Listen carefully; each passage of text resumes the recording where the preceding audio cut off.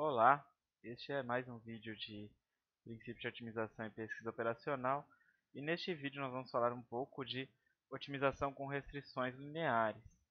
Vamos falar tanto de princípios mais teóricos como de elementos aí que estão presentes nos principais métodos computacionais para esse tipo de problema.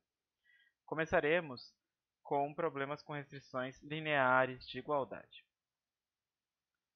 Um problema de otimização não linear com restrições lineares de igualdade pode ser escrito da forma minimizar uma função objetivo sujeita a ax igual a b, ou seja, o seu x candidato à solução deve satisfazer uma restrição aí expressa como sistema linear.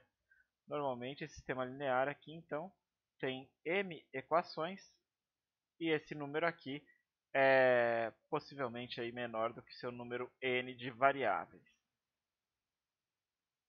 Se o número for maior, você corre o risco de ter um sistema incompatível e aí você não ter ponto factível algum. Nós vamos supor que essas m equações aqui são linearmente independentes.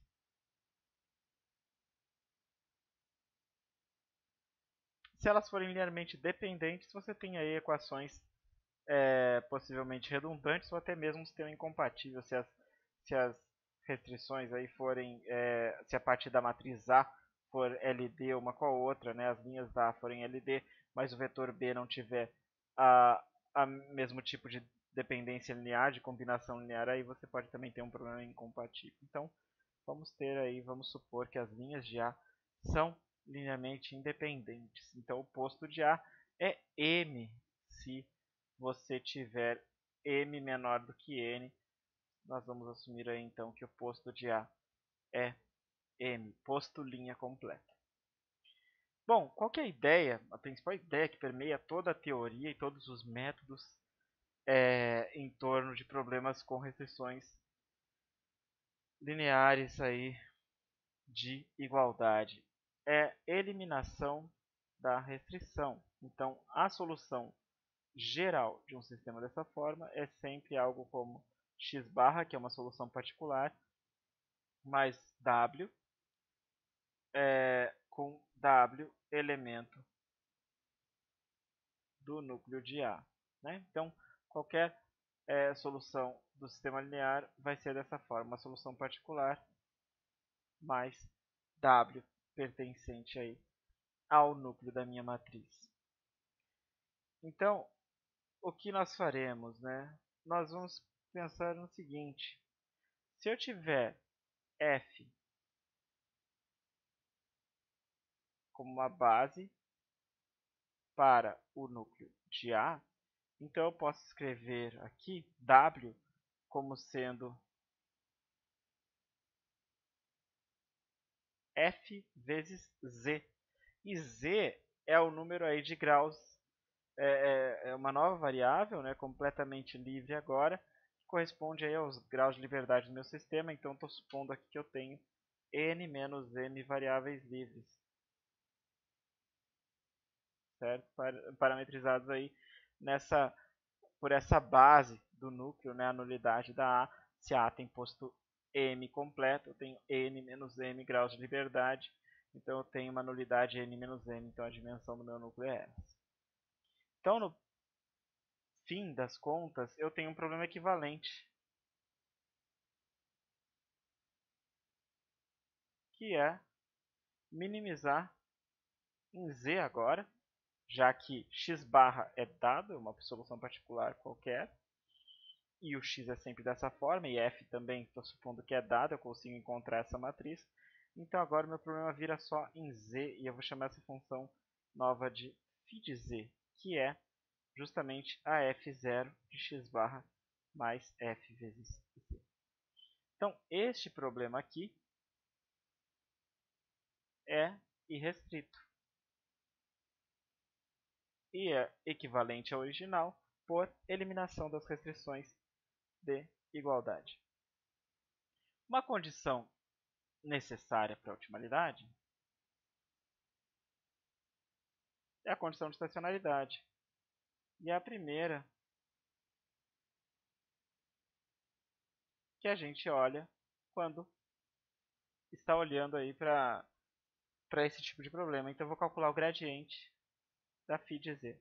Pela regra da cadeia, este gradiente é igual a f transposto vezes o gradiente da f0 em x barra mais fz. E se eu quero que esse ponto seja um ponto aí com z qualquer, seja estacionário, eu tenho que ter isso aqui igual a zero.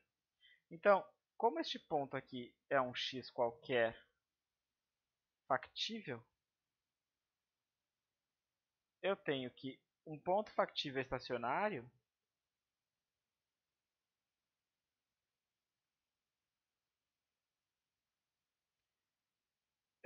se somente se o gradiente da f de z for zero, ou seja, se f transposto gradiente da f0 em x for zero, essa vira a minha condição de estacionalidade num problema com restrições.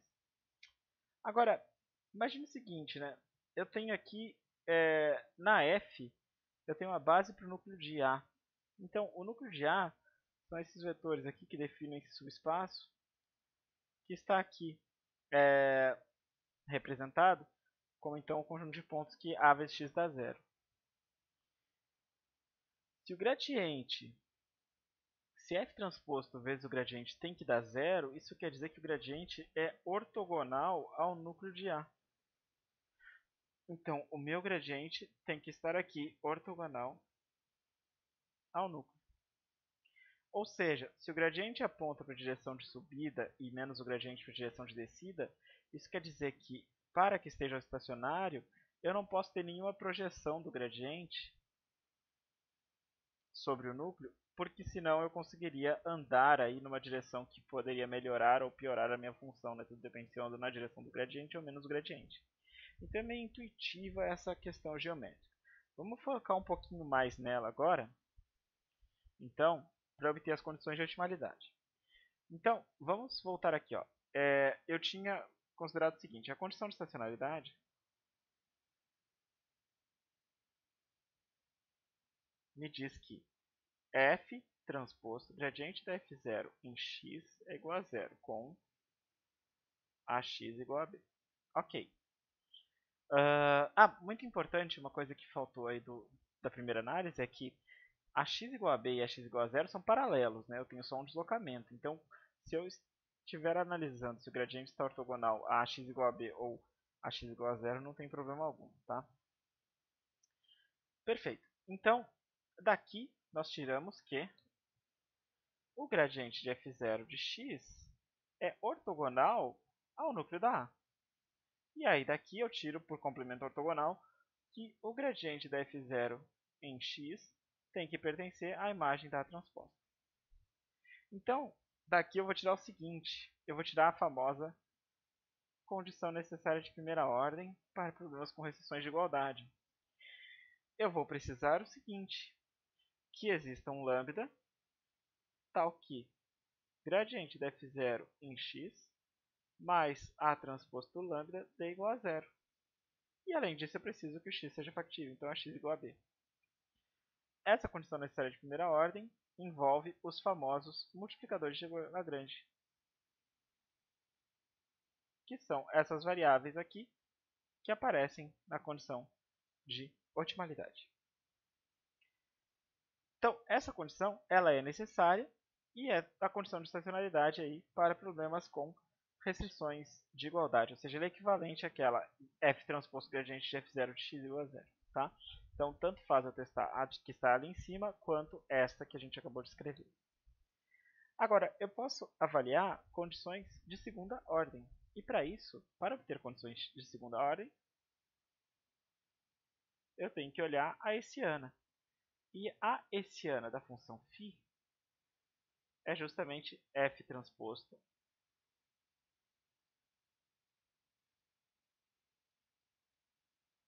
essa matriz aqui. Então, assim como eu fiz a transposição do problema com restrições para o problema irrestrito, eu vou fazer de novo e concluir sobre as condições de segunda ordem. As condições necessárias de segunda ordem vão pedir o seguinte, vão pedir estacionalidade, então tem que existir lambda tal que gradiente de f0 em x mais a transposto lambda tem que dar zero, ax igual a b, e vão exigir que a hessiana seja semidefinida positiva, mas a hessiana restrita, a hessiana da φ. Então, f transposto gradiente f0 x barra mais fz, f maior ou igual a zero. Então, estas condições aqui são as condições necessárias de segunda ordem. As condições suficientes de segunda ordem vão fazer a mesma coisa, só que vão pedir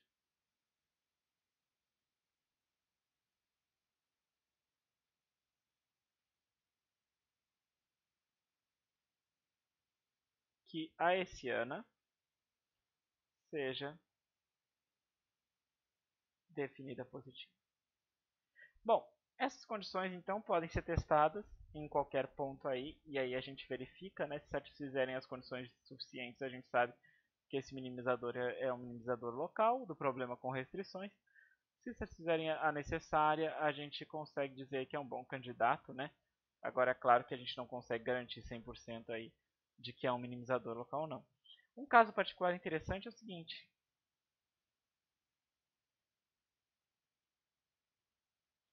Se f0 for convexa, ou seja, se ela for duas vezes diferenciável, a hessiana de f0 em x é sempre maior ou igual a zero para todo x. Nesse caso aqui, as condições necessárias de primeira ordem já são suficientes. Por quê? Porque todo ponto estacionário de um problema convexo, e um problema convexo envolve minimizar uma função convexa sujeita a um conjunto convexo, qualquer ponto estacionário desse problema é minimizador global. E aqui no caso, as restrições de igualdade são, claro, convexas, né? Elas definem um subespaço, que é um conjunto convexo. Então, no caso convexo, eu posso testar só a condição necessária de primeira ordem, ela já é necessária e suficiente. Ok? Então, eu posso me ater aí a estas condições. Vamos dar uma olhada no exemplo? Um exemplo bem interessante, que é o seguinte. Solução de norma 2 mínima de um sistema subdeterminado. Então, eu tenho que minimizar x transposto x, que é a norma de x ao quadrado, sujeito a ax igual a b. Esse ax igual a b aqui, eu estou supondo que eu tenho m restrições menor do que n variáveis. Ou seja, eu tenho várias possíveis soluções para esse sistema e eu quero achar a de menor norma. Se eu for pensar geometricamente, isso equivale a, por exemplo, aqui no espaço, eu tenho um plano ax igual a b e eu quero achar o ponto deste plano que está mais próximo aí da origem. Tudo bem? Então, como é que a gente resolve esse problema? Primeira observação. A função objetivo, x transposto x, é uma quadrática definida positiva, né? Porque eu posso escrever aqui, ó, x transposto i x. E aqui eu tenho uma matriz definida positiva. Então, a hessiana dessa função é 2i, que é definida positiva, então essa função é convexa. Ou seja, eu posso olhar só o ponto estacionário e esse ponto já vai ser o minimizador global. E como essa matriz é definida positiva sempre, então eu tenho, na verdade, um ponto minimizador global estrito. Ele é único. Então, perfeito. Então, o que eu tenho que fazer agora? As condições de primeira ordem. As condições de primeira ordem são as seguintes. Gradiente da f0 mais a transposto lambda tem que dar zero. E a x tem que ser igual a b. Agora, o que é o gradiente? Bom, o gradiente da f0 é 2x, se eu fizer a derivada ali. Então, eu tenho no caso, aqui, em vez de gradiente de f0, eu tenho uma coisa muito mais simples que gradiente de f0 aqui, eu tenho 2x. Então, 2x é igual a transposto lambda. E daqui, eu tiro o seguinte. Se eu multiplicar essa equação aqui de cima por a, eu tenho 2ax mais a transposto lambda igual a zero. E aí eu sei que ax é b, pela equação de baixo. Então daqui eu tiro o seguinte, ó, a transposto lambda igual a menos 2b. Agora, olha só, eu falei que a matriz A era uma matriz que tinha menos equações incógnitas. A vezes A transposta é uma matriz assim, vezes uma matriz assim, e eu chego numa matriz quadradinha da dimensão menor, M. Olha que interessante, se essa matriz tiver todas as linhas aqui independentes e tal, essa matriz aqui é definida positiva e tem inversa. Então eu posso escrever aqui que lambda é igual a menos A transposto menos 1, B, 2 aqui.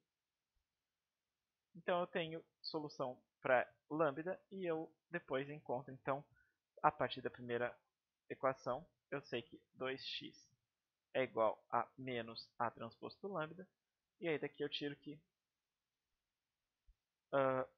x é igual a menos meio A transposto lambda, e aí como lambda é aquilo ali, eu chego que isso aqui dá A transposto A transposto menos 1, B. E esta solução aqui é a solução de norma 2 mínima. Esse ponto, então, a gente pode ver como a projeção da origem sobre esse espaço aí definido por ax igual a b. Perfeito? Como o problema é convexo, essa solução aqui é a única, é a minimizadora global. Eu não preciso mais me preocupar com nada, o problema está resolvido. Ok. Só para falar mais um pouquinho, então, nós discutimos aí a principal ideia, que é a ideia de eliminação de restrições. Nós discutimos as condições de otimalidade, então nós temos as condições envolvendo os multiplicadores de Lagrange para esse tipo de problema. Agora falta um pouquinho de o que acontece com os métodos para esse tipo de problema. E os métodos são baseados em duas coisas. Eu preciso de uma direção que seja de descida e que seja factível. Então, esses são os dois elementos principais de qualquer método de otimização que trabalha com este tipo de problema. Ok, o que eu quero dizer com direção de descida? De novo, lá, aquele nosso velho problema. A direção é de descida se gradiente da f0 em um ponto transposto d menor que zero. Ou seja, eu estou aqui em algum ponto, x barra, e eu tenho aqui a curva de nível. Isso quer dizer o seguinte, se o gradiente está apontando para lá, né, aqui ficou meio ruim o desenho, deixa eu desenhar de novo. Ele é sempre ortogonal aqui à sua curva de nível, aqui não ficou tão bom assim, mas vamos supor que tenha ficado. Ficou bem ruim na verdade, mas a gente pode sempre dar uma melhoradinha aqui. Então aqui está o gradiente agora, meio ortogonal à curva de nível. Então eu preciso que a minha direção aponte na direção contrária aí. Então a minha direção de descida se ela apontar para este lado aqui. Agora, o que é uma direção factível? Uma direção factível é o seguinte. Imagine que eu tenho aqui o meu sistema de restrições, a x igual a b. E a minha origem está lá embaixo, bonitinha. E aí eu tenho aqui um ponto x factível. E eu tenho um outro ponto y factível. Eu gostaria que a minha direção realmente levasse um ponto x num ponto y factíveis. Então eu tenho também que AY igual a b. Mas como y menos x é igual à direção, então eu tenho, na verdade, que AY menos AX é igual a D. E aí eu tenho que AD é igual a zero. Sempre que eu quiser me deslocar de uma solução factível para uma solução factível, eu preciso, portanto, que a direção esteja no núcleo da matriz. Pois senão, eu deixo de ter uma solução. A gente já viu isso. Qualquer solução do sistema AX igual a B pode ser obtida a partir de uma solução já conhecida e um deslocamento no núcleo. Então, uma direção de descida factível junta as duas coisas. Ela tem que satisfazer isso e ela tem que satisfazer isso. Uma ideia, né? Um exemplo de direção, esses são os principais elementos, certo, gente? Então, se você quer saber se é factível, veja se está no núcleo. Se você quer saber se é de descida, veja se diminui o gradiente. Então, esses dois elementos são os mais importantes. Um exemplo de direção, por exemplo, né? Se a gente for pensar, que tipo de direções que os métodos geram? existe um método famoso aí que se chama gradiente projetado. Basicamente, projeta o gradiente nas restrições. Então, vamos pensar no seguinte, você tem esse problema aqui, minimizar f0 de x sujeito a x igual a b. E você sabe que ele é completamente equivalente a minimizar φ de z, que é f0 de x barra mais fzão z. Então imagine que você pegue o seguinte, que você pegue então x barra igual sendo o seu késimo elemento aí da iteração. E você calcule o seguinte, a direçãozinha como sendo menos o gradiente no z aí associado ao x barra. Então, menos o gradiente da φ em zero. Neste caso aqui, o seu gradiente é f transposto gradiente da f, então isso aqui vai dar menos f transposto gradiente da f0 em xk. Ou seja, você calcula o gradiente da f0 em xk e praticamente o projeta aí sobre o conjunto de restrições, uma vez que você vai pegar então a direção vai ser f vezes delta. De novo, né? F é a matriz de base do núcleo. Você tinha uma direção no núcleo, você usa então esse f aqui para transformar essa numa direção no seu espaço original. Então você vai ter aqui no caso menos f transposto gradiente de f0 em xk. Ok? Isso aqui é basicamente a matriz de projeção aí no núcleo. Você pode ver que gradiente da f0 em xk transposto d, essa é o teste para a gente ver se é de descida, isso aqui vai dar menos f transposto gradiente f0 em xk norma ao quadrado. Né? Se eu multiplicar por gradiente à esquerda, você vai ver que você vai ter um vetor transposto ele mesmo. E esse vetor é isso aqui. Agora imagine o seguinte, se você não estiver num ponto estacionário, essa norma aqui vai ser um número positivo com o menos na frente, então isso aqui é sempre menor que zero se você não estiver num ponto estacionário, ou seja, você sempre tem uma direção de descida a partir desse método. Ok? Existem outros métodos, mas grande parte deles aí são baseados nessas ideias ou combinações dessas ideias de direção de descida clássica com factibilidade da direção para as restrições de igualdade. Perfeito. Então, agora nós podemos passar para o problema com restrições de desigualdade. E esse problema é um pouquinho mais complicado, mas é muito mais interessante. Grande parte dos problemas tem restrições de desigualdade. A primeira coisa que nós temos que pensar é o seguinte. Eu tenho agora um problema da forma minimizar f0 de x sujeita a ax menor ou igual a b. E aqui, veja, como é que é o conjunto factível, né? Como é que fica esse conjunto aqui com restrições lineares de desigualdade? Bom, cada uma das linhas da matriz, né? Se eu for pegar aqui a matriz A, eu tenho aqui A1 til até AM til. Aqui são as linhas, aí eu tenho x aqui menor ou igual que B1 até Bm. Então eu tenho várias restrições da forma AI til transposto x menor ou igual que BI. Isso é basicamente uma definição aí de uma interseção de semi-espaços, né? Porque eu tenho aqui, por exemplo, vamos pegar esse aqui. Esse aqui é um hiperplano, definido aqui por AI til A1 til transposto x igual a B1. Então, eu pego o meu gradiente aqui, por exemplo, A1 til, e ele aponta para fora da minha região. Então, tudo que me interessa está deste lado. Do outro lado é o maior do que B1. Aí eu pego outro elemento aqui. E ele define aqui um A2 til, por exemplo. E aí eu posso pegar outro, por exemplo, aqui. E aqui eu tenho A3 til. Quando eu pego todos esses, eu chego numa região aqui que é a interseção de todas as restrições.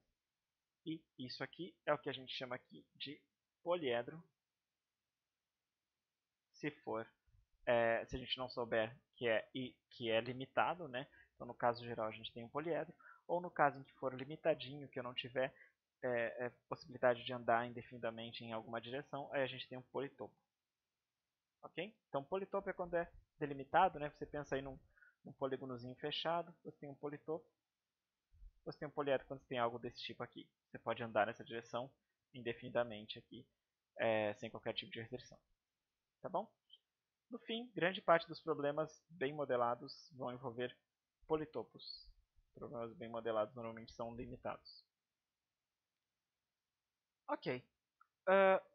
A grande questão que envolve os problemas de desigualdade é a seguinte. Imagine aqui que você tem um problema com essas restrições aqui. Então aqui você tem A1, A2, A3 e A4. Então você tem essas restrições lineares e elas definem esse conjunto aqui que está delimitado por elas todas. A questão principal é a seguinte, né? Dado um ponto factível, então um ponto dentro do conjunto, a grande pergunta que a gente tem é a seguinte, ele está na borda ou não? Então, por exemplo, esse ponto aqui não está na borda e esse ponto aqui está na borda. Sabendo que ele está na borda, quais são as restrições em que ele verifica na igualdade? Então, neste caso aqui, eu sei que A1 tio transposto x chapéu igual a B1, A2 tio transposto x chapéu igual a B2. E eu sei que para o A3 e para o A4, essas restrições são satisfeitas com estritamente menor. As restrições em que este ponto aqui verifica na igualdade são ditas ativas em x chapéu. E as restrições que não estão ativas, então A3 tio transposto x chapéu menor do que B3 e A4 tio transposto x chapéu menor do que B4, elas são ditas não ativas, inativas ou folgadas em x chapéu. Então elas têm folga, certo? Elas são satisfeitas com folga. Existe um grande, pelo menos existe um intervalo aí de valores que o x chapéu poderia percorrer até ainda respeitando esse tipo de restrição. E quando você está ativo, dependendo do lado que você vai, você pode violar a restrição. Essa é a principal importância aí de por que nós damos essa diferença. Então, de novo, então a restrição está ativa se AI tio transposto x igual a BI e inativa ou folgada se AI tio transposto x menor do que BI. O conjunto das restrições ativas num ponto x barra é esse conjunto I, e esse conjunto tem os índices tais que AI tio transposto x barra igual a BI. Tá? Então, esse conjunto aqui vai ser importante para a gente. Então, guarde isso. Ele tem as condições, as restrições ativas em x barra. Aí você me pergunta, né, por que não é A em vez de I? I parece inativa, mas é porque o I é de índice, tá? Mas não foi a melhor notação do mundo aí para isso. Ok. Nos problemas de restrições de desigualdade, o que é uma direção factível muda um pouquinho, tá? Então, eu tenho aqui, ó, uma direção é factível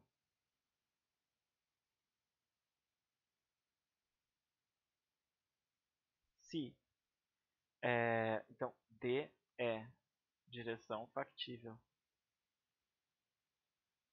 a partir de x barra, se existir um gama barra tal que x barra mais gama D pertence ainda ao conjunto. Então, esse x barra factível, tá? Então, se eu tenho um x barra factível, a direção D é factível a partir de x barra se existir um gama barra tal que x barra mais gama D pertence a x para todo gama entre 0 e gama barra. Ou seja, eu tenho um passo máximo que eu posso andar, pode ser infinito, né, que seja, mas eu tenho um passo máximo que eu posso andar e que todo o tamanho de passo que eu ande aí é, naquela direção todo tamanho, existe um passo máximo em que todo o tamanho de passo até esse passo máximo garante aí que eu estou dentro do conjunto. Então, pegue, por exemplo, esse ponto aqui na borda, x bar.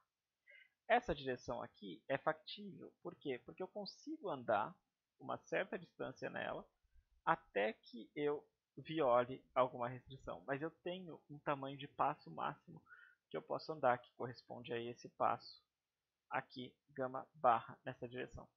A mesma coisa para esta, por exemplo. Né? Então, a mesma coisa para esta, eu consigo andar aqui nessa direção. Agora, observe que esta aqui e esta aqui são infactíveis. Por quê? Intuitivamente, né, do jeito que a gente está vendo no desenho, elas apontam para fora do conjunto. E a outra aponta para dentro. E como é que eu sei, como é que eu consigo, então, desculpa, como é que eu consigo ver o que aponta para dentro e o que aponta para fora? Aí vem a questão, eu posso olhar o ângulo que essas direções fazem com a restrição que está ativa no meu ponto de interesse. Então eu tenho duas restrições aqui, A1 til e A2 til. Vamos pegar primeiro a A1 til. Quais direções são boas para esta restrição? Bom, para esta restrição aqui, as direções que são boas são as direções que estão deste lado da restrição. Para a outra restrição que está aqui, as direções que são boas são as que estão deste lado da restrição. Então, para as duas, as restrições que são boas são as que estão aqui, ó, que apontam no que a gente chamou de para dentro do conjunto. Então, eu tenho que andar só em direções que apontem neste conezinho aqui, para dentro do conjunto. O que esse cone aqui, qual que é a definição deste cone? Esse cone aqui é definido por as direções que fazem um ângulo maior do que 90 com A1 e maior do que 90 com A2. E veja que eu só olho A1 e A2. Por quê? Porque A1 e A2 são as restrições, são os gradientes que definem as restrições que estão ativas nesse ponto x bar.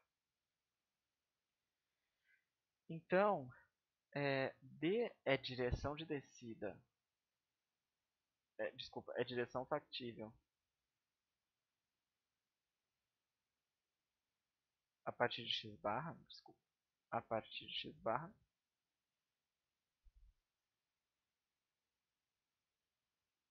se AI til transposto D menor ou igual a zero para todo I no conjunto de restrições ativas em x barra. Ou seja, eu olho as restrições que estão ativas em x barra e vejo o conjunto de direções que apontam para dentro do conjunto. Então, imagine agora que você tem um ponto aqui. Bom, neste ponto, a única que está ativa é a A4. O gradiente de A4 aponta para cá, então todas as restrições que apontam nesse cone aqui, ou seja, né, este semi-espaço, estão ok. Agora, imagine que você esteja aqui, aí você pega então e vai fazer o gradiente de A5 e A4, então todos os que apontam para cá estão ok. Se você pegar um ponto interno, você não tem restrições ativas, então qualquer direção está ok. Qualquer uma é factível.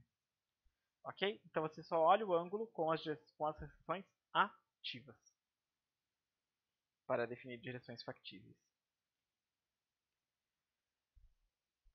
Bom, eu poderia então agora imaginar o seguinte, né? Voltando no mesmo raciocínio que a gente tinha anteriormente, eu posso me preocupar, então, a minha busca é por direções. Meu objetivo é encontrar direções de descida e factíveis. Eu já sei o que tem que fazer com direções de descida e acabei de definir direções factíveis. Então já começo a ter alguma intuição do que pode acontecer ou não. Então vamos agora olhar como é que a gente define as condições de otimalidade. Vamos imaginar primeiro que eu tenho um ponto interior aqui, um x bar. Como é que eu posso ver, agora pensando só em estacionalidade por enquanto, como é que eu posso tentar imaginar aí uma condição de estacionalidade para um ponto interno? Então, no caso aqui, x barra interno. Bom, se o ponto for interno, eu não tenho restrições ativas. Então, para um ponto interno ser estacionário, eu preciso basicamente, como num problema irrestrito, que o gradiente do x barra seja zero. Então, veja, se o seu problema de otimização tiver um ponto estacionário interno, ele é um candidato aí a minimizador local. Pode ser que ele seja maximizador, pode ser que ele seja cela, pode ser que ele seja muita coisa. Mas eu posso ter soluções no meio do conjunto. Agora vamos supor que eu esteja na borda, tá? Que é o caso mais interessante aí. Então, o ponto interior eu vejo do jeito que a gente via já com problemas restritos. Então agora eu vou pensar que eu estou na borda. Veja, o que eu preciso é garantir que eu não tenha condições de direções de descida a partir de x barra. Então vamos pegar, eu vou deixar esse desenho aqui por enquanto desse x barra aqui, vou pegar esse outro x barra aqui. Vamos chamar de x chapéu para a gente diferenciar. Eu preciso garantir que a partir desse ponto eu não tenha direções de descida factíveis. Então, vamos pensar no seguinte. A direção de descida precisa aí eu preciso saber para onde aponta o gradiente ou menos o gradiente. Vamos imaginar que menos o gradiente aponte para cá. Bom, se menos o gradiente apontar para cá, eu tenho uma clara direção de descida. Menos o gradiente eu ando para cá e melhora a minha função. Então, menos o gradiente não pode apontar para dentro do conjunto de jeito nenhum. Perfeito. Então, vamos imaginar agora que o menos gradiente aponte para fora. Mas esse para fora aqui não me ajuda. Por quê? Porque eu posso projetar o menos gradiente aqui, ó. E eu tenho uma direção factível que faz um ângulo menor que 90 graus com menos gradiente. Na verdade, qualquer direção que esteja com um ângulo menor de 90 graus, que está, entre aspas, alinhada aí com menos gradiente e provê aí direções de descida. Então, esse tipo de coisa não é boa também. Ok, então eu não posso ter alguma coisa desse tipo. Então, o que me resta, né? Me resta que o menos gradiente não faça uma projeção positiva nem nessa restrição, nem nessa. Eu preciso que ele faça projeções negativas sobre essas restrições. Então, não tem jeito. Eu preciso que menos gradiente aponte para cá. Aqui no x-chapéu. Por quê? Porque aí se eu tentar projetar ele sobre as restrições, eu vou ter direções de descida totalmente para fora do meu conjunto. Então realmente não dá muito certo. E olha só que interessante. Esse menos gradiente está aqui. E aí eu tenho o seguinte. Eu tenho o gradiente dessa restrição ativa aqui, que é A1 til, é a linha da A, né? E eu tenho aqui o outro, que é A4 til. Como eles são ortogonais às restrições que estão aqui ativas, eu já tenho uma noção do seguinte. Se meu gradiente, para que meu gradiente esteja com projeções para fora do conjunto, né, então que ele tenha uma projeção para cá, ele precisa ser expresso aí em termos de um múltiplo positivo aqui de A4. E aqui também, para que ele tenha uma projeção neste lado aqui também, negativa, né, para fora do conjunto, eu preciso que ele tenha também, que ele seja um múltiplo aqui, né, ele seja, essa projeção aqui seja um múltiplo positivo aqui de A1. Então, no final, se meu x barra na borda, aqui eu coloquei x chapéu. Então aqui eu tenho x barra interno e eu tenho x chapéu ali no desenho. Eu preciso do seguinte, que menos gradiente de f0 em x chapéu seja um múltiplo positivo de A1 til mais um múltiplo positivo de A4 til. Se eu tiver múltiplos negativos, eu tenho alguma projeção para dentro do conjunto e aí eu conseguiria descer. Então eu preciso que realmente ele esteja no cone para fora do conjunto. De jeito nenhum eu posso ter ele para dentro. Então no final eu chego no seguinte, que eu preciso, nesse caso, que exista mi maior ou igual a zero, tal que, na verdade aqui mi1 e mi2, né? mi4, mi1 e mi4, tais que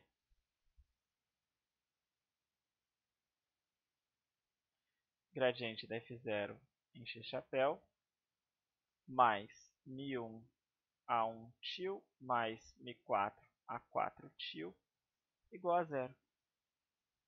Agora veja, isso só nas restrições que estão ativas. As outras não fazem qualquer tipo de papel para a gente.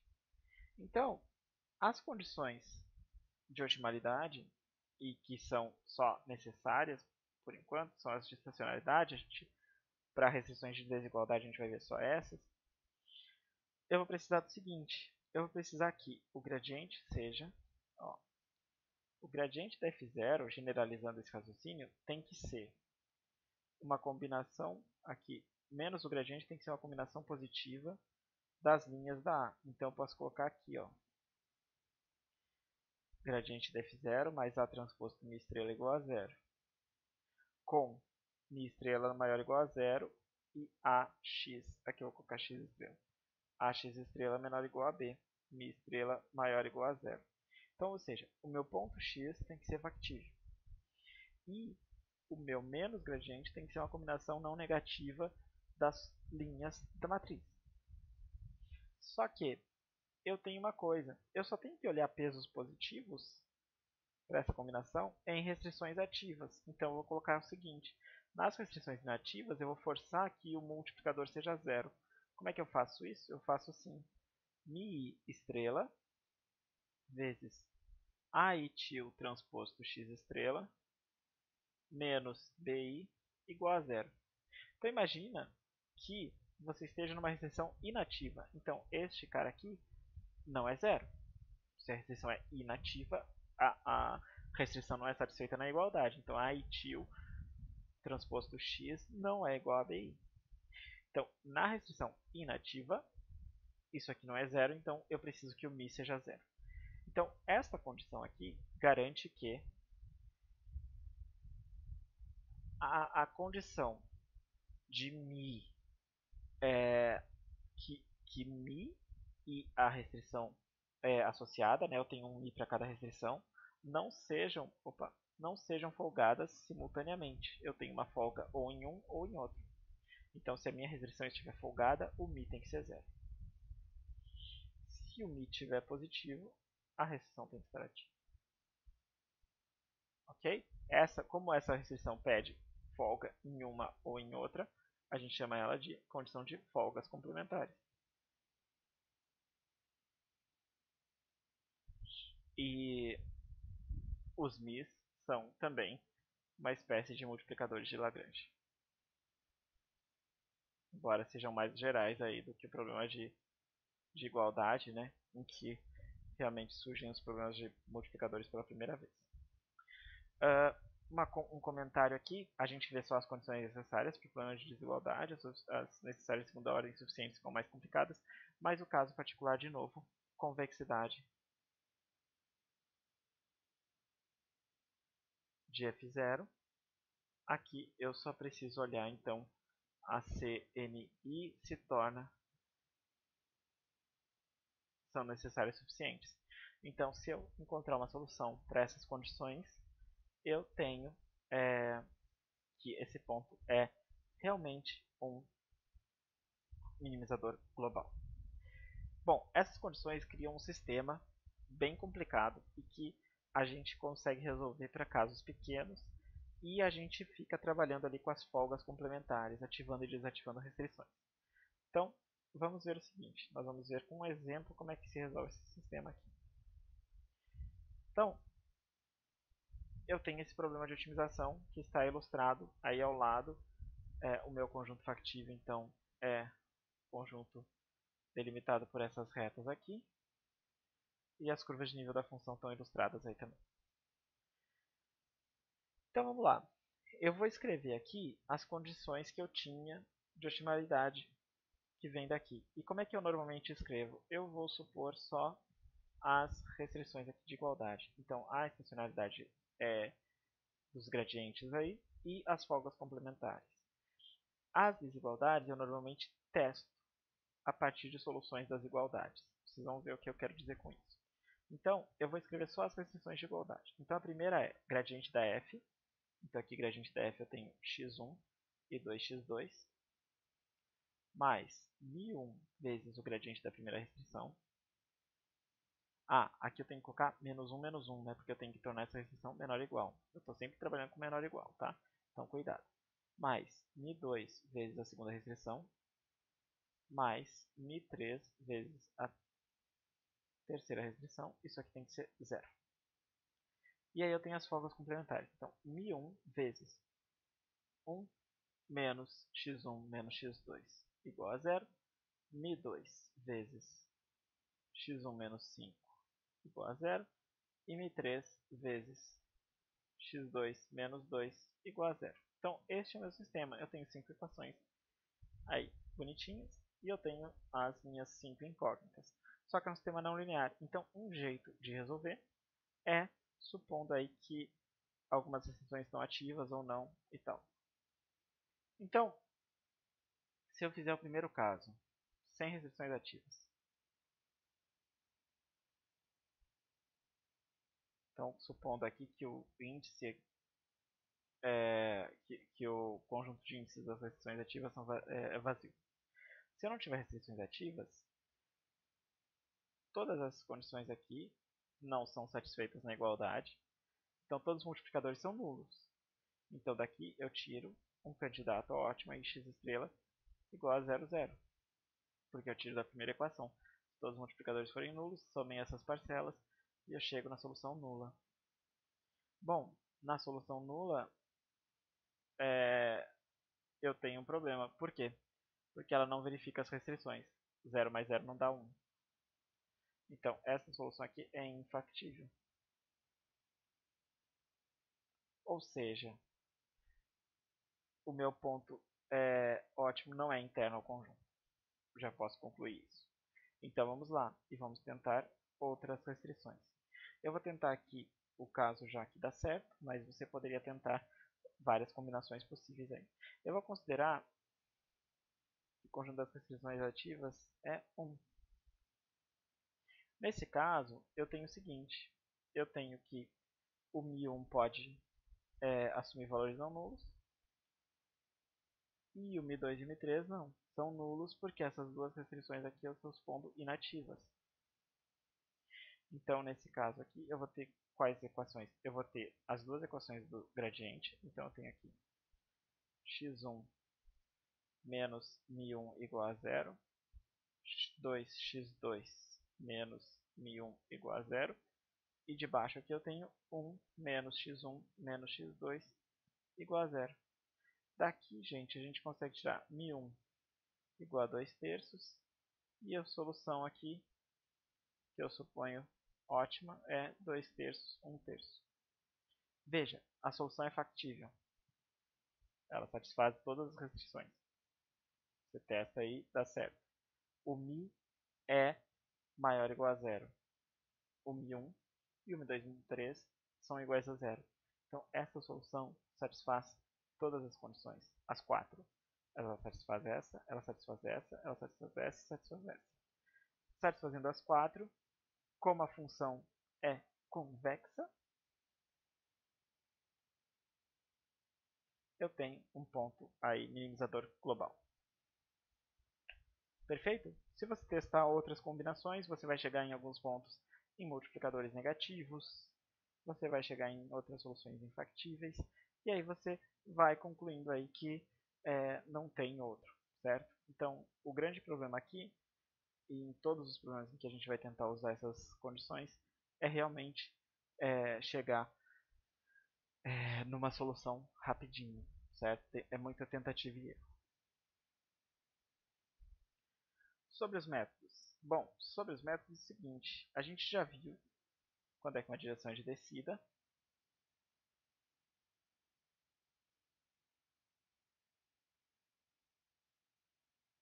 E a gente já viu quando uma direção é factível.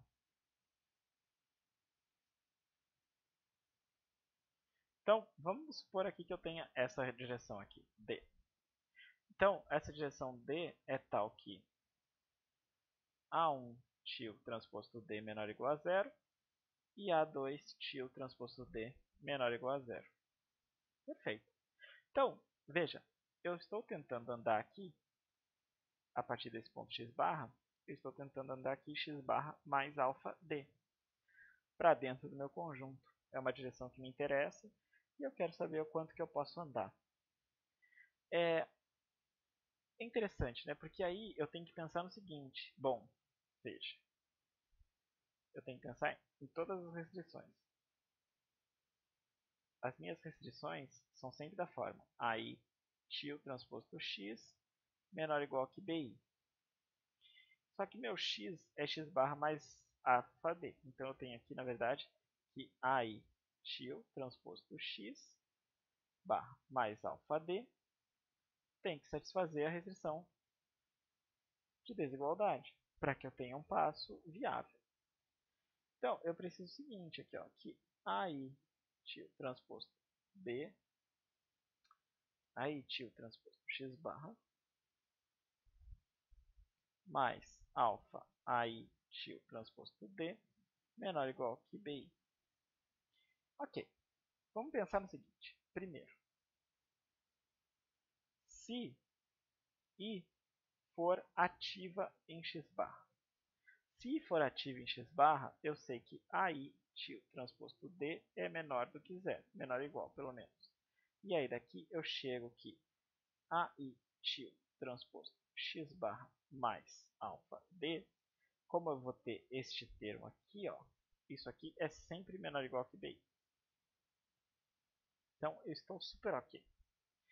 Sempre que eu estou olhando as restrições ativas, eu já sei que aquela direção é factível, então elas não vão delimitar o maior passo. Ou seja, essas restrições aqui estão sendo ponto de partida e elas não limitam a minha direção. Então eu não tenho que me preocupar. Então, agora eu tenho que pensar o seguinte, se I não pertence ao I de x barra.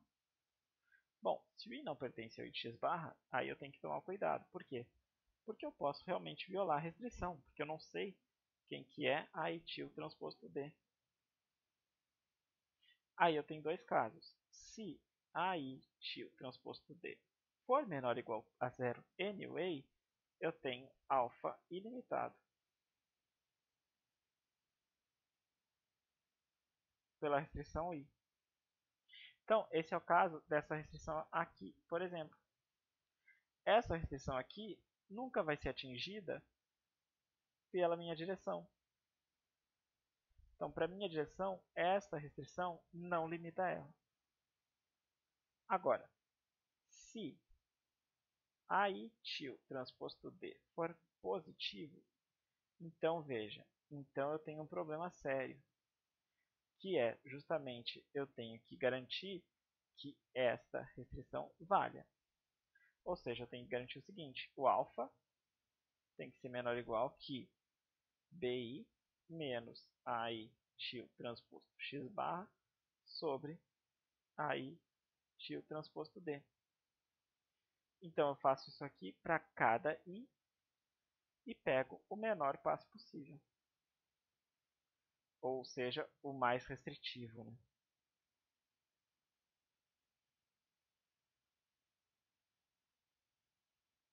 O mais restritivo de todos esses delimitadores do passo me dá o tamanho máximo de passo. Então, o tamanho máximo de passo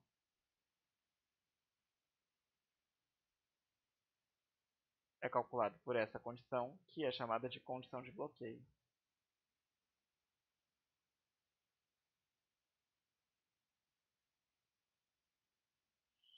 Ok? Então, veja, no desenho aqui eu tenho o seguinte, eu tenho quais restrições delimitam o meu passo. Essa aqui, que é a 4, que delimita neste tamanho aqui, E eu tenho A5. Ó, se eu prolongar a reta, eu vejo que ela também delimitaria. Só que eu poderia andar um pouquinho mais. Eu não posso pegar o maior, eu tenho que pegar o menor. Então, o maior passo que eu posso andar é o mais restritivo, é o menor de todos esses aí. Então, eu só tenho que avaliar as restrições que tem esse produto interno positivo. E aí eu vejo o máximo que eu posso andar. Ok? Então, grande parte dos métodos usam direções factíveis dessa forma e precisam calcular esse maior tamanho de passo. Principalmente os métodos baseados para otimização quadrática, eles andam tanto na borda quanto, às vezes, por direções interiores. E aí nós temos que tomar cuidado aí com a condição de bloqueio. Quando a gente falar um pouquinho de métodos para programação linear, eles também vão fazer esse tipo de condição de bloqueio, só que os métodos de programação linear sempre andam pelas arestas. Então, você vai ter condições de bloqueio um pouco mais simples do que essa. Mas a ideia é exatamente a mesma. Então, sempre que eu tiver uma direção factível, eu tenho que calcular aí o maior passo que eu posso andar. E essa é a principal ideia que envolve métodos clássicos aí de otimização com restrições lineares de igualdade. Existem outros baseados em pontos interiores e tal que usam outros tipos de direções e aí não precisam desse tipo de análise. Agora a gente consegue juntar tudo, só para comentar como é que junta, né? E aí eu tenho as condições de Karosh-Kuhn-Tucker, KKT, para restrições lineares. Então, no caso geral, eu posso ter um problema que envolve tanto restrições lineares de igualdade quanto de desigualdade. E aí, eu tenho de novo uma condição de estacionariedade e que basicamente combina as duas coisas. Então, eu tenho dois multiplicadores de Lagrange. Opa! Tenho dois multiplicadores de Lagrange, o lambda e o mi. O lambda associado às restrições de igualdade e o mi associado às restrições de desigualdade. E quais são as minhas condições aí para a estacionalidade desse tipo de problema? Eu tenho a condição do gradiente, então o gradiente tem que ser um múltiplo aí desses gradientes, uma combinação linear assim, com pesos não negativos no caso das desigualdades. Eu preciso que o ponto estacionário seja factível e eu preciso das condições de folgas complementares. Ok? Então eu combinei as duas coisas aí e eu chego então num sistema, assim como a gente fez ali em cima, só que com mais variáveis. Agora, lembra, os multiplicadores associados às restrições de igualdade não são limitados, só os das desigualdades. Essas condições elas são úteis para teste, mas realmente elas são difíceis de usar em problemas maiores. Lembrando novamente, neste caso aqui com restrições lineares, que convexidade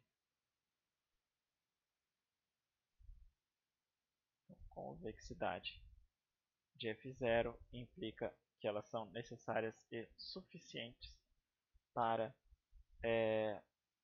o minimizador global, certo? Então, se eu encontrar um ponto e eu tiver uma função convexa, e eu encontrar um ponto que satisfaz essas condições, ele é garantidamente um minimizador global de f sujeito a essas restrições.